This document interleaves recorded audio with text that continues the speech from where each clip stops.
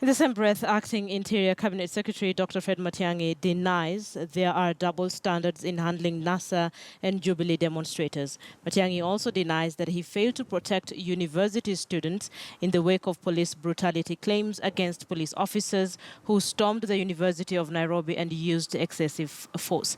He is part of an interview he had with Sophia Wanuna. We all accepted one thing, that what we are seeing, the footage we are seeing and the videos we are seeing are grossly exaggerated, number one.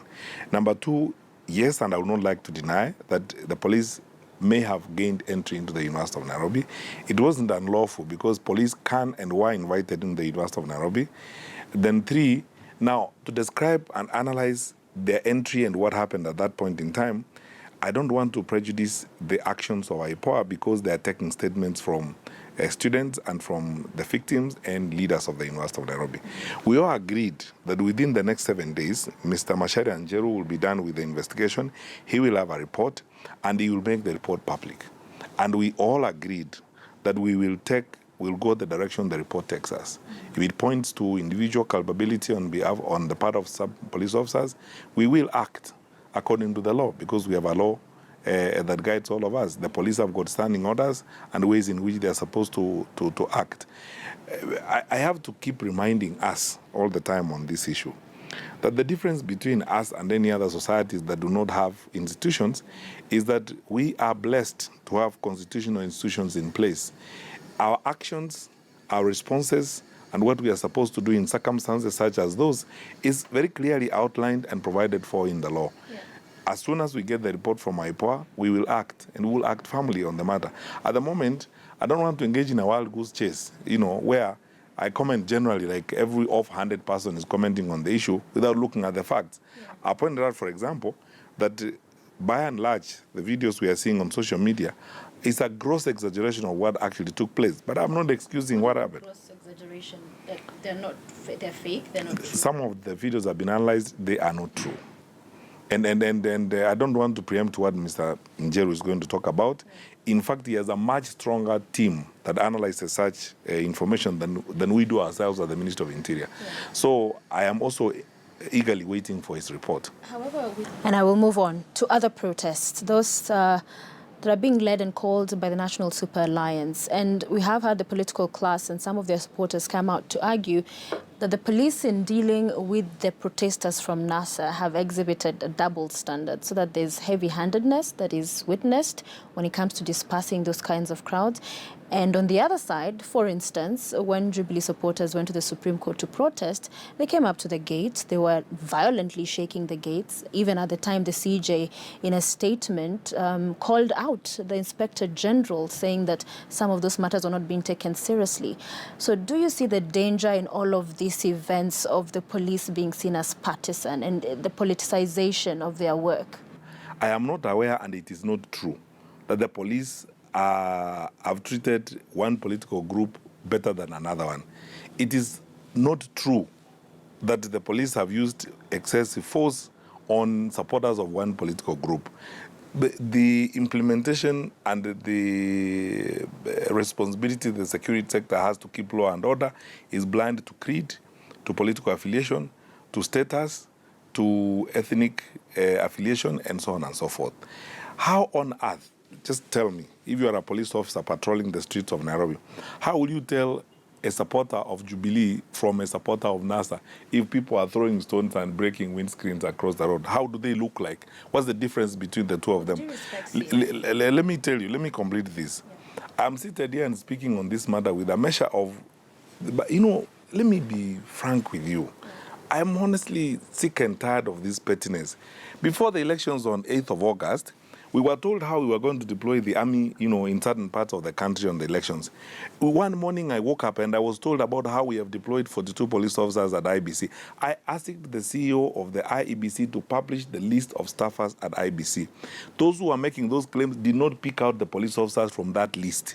I was told about how we were going to over-police certain parts of the country during the elections so that we can intimidate voters. I was told about how the police were involved in all manner of crimes and so on to facilitate the election in support of one group. Nothing of that sort happened throughout. And now I'm hearing these new allegations. Oh, you know, for us NAS supporters, if we go out and demonstrate, we are beaten.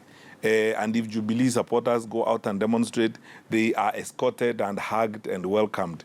Let's talk about the protests post 8th of August and several deaths reported. Samantha Pendo, 6 months old. You had Stephanie as well, Mora, 9 years old. A young boy who was actually to sit his KCSE this year, Silas Lebo as well, killed. Who should take responsibility for this? If you were to speak to the parents who have come out and alleged that the police, they died in the hands of police because of the brutality that was meted out in quelling those protests at the time. If you were to speak to those parents now, that who takes responsibility, who will be accountable, because they'll hear investigations, then that becomes the end of the story. What do you tell such parents? Many of us in public life in this country, the pain we go through every day is that you carry burdens you don't have to carry. Because, you know, people decide on their own, they prosecute you, they pass judgment on you, and they condemn you, even without an iota of fact on anything they have concluded on. The events were very simple. The IBC declared results at around 8:30 in the evening at IBC. By 9 o'clock, we were told, we were briefed, all of us, that riots had broken out in Kisumu. No, not riots, there were criminal acts, attempts to break into people's houses and stuff like that in Kisumu. There was an incident in Nairobi where a woman had been hijacked on Mombasa Road, and there was actually an attempt to rape the woman. She was rescued by some 2 men who were overpowered, and they were calling for help on that night. Then there was a commotion in Mathare, where people had tried to break into a hardware. Now, Sophia, let's go through this methodically.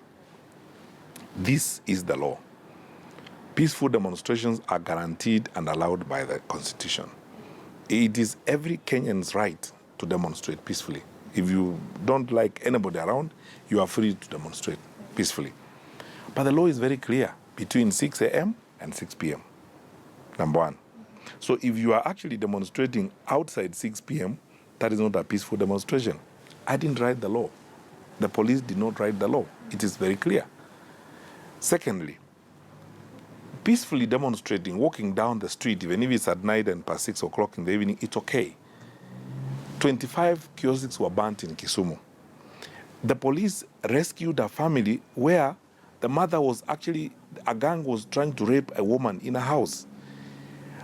I have told people this, and I have faced everybody. I faced the UN team that came to see me. I faced the EU team that came to see me. I have told them one thing.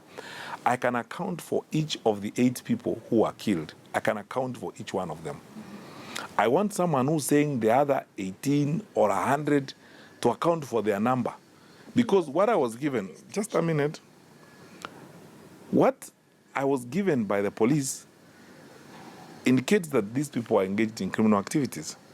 Now, on Saturday morning, when we were at the press conference, none of us actually, first of all, the child who died in Kisumu died long after that incident.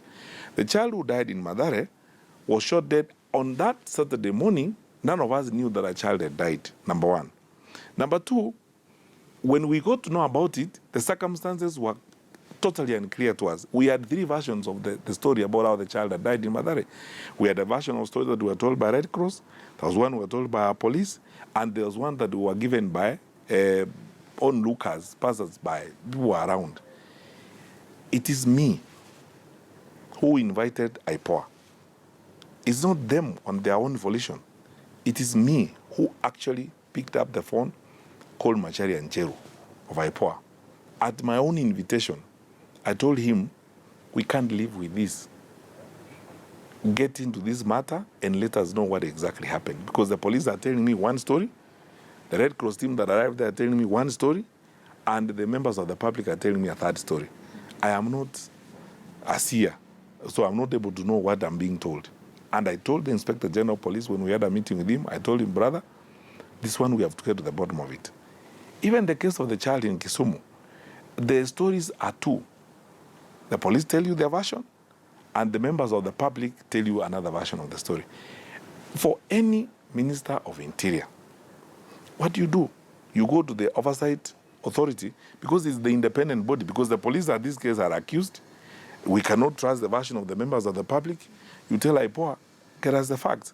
And to the best of my knowledge, Mr. Njeru and his team are working on this. They're doing even the forensics. We asked that they go and get cartridges from the site and give us an analysis so that we get an accurate position on what exactly happened.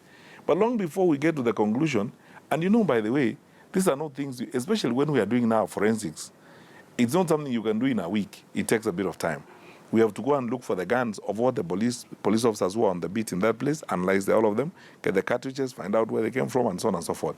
Before you get the report, everyone was in town, including politicians, you know, calling all of us names, condemning the police, doing what have you. None of those people are talking, none of them has addressed the case of the woman who was being raped near Carnival, where 2 people were shot dead. 2 of the rapists were shot dead when they tried to resist arrest, and they shot back at the police. None of them talks about the hardware in Mathare that was being broken into and the 3 people who shot at the police when they were being arrested. None of them has talked about the 25 kiosks that were burnt in Kisumu. None of them has talked about the shop that was being broken into in Maseno. None of them has said about this poor woman who was being raped in Kisumu, and the police went to rescue them. As the police were trying to rescue, some of those people who were guarding the rapists shot back at the police. So it's a question of looking at one side and saying, you know, the police committed murder, they are this and so on. Where was the minister? We have to be methodical in the manner in which we do this.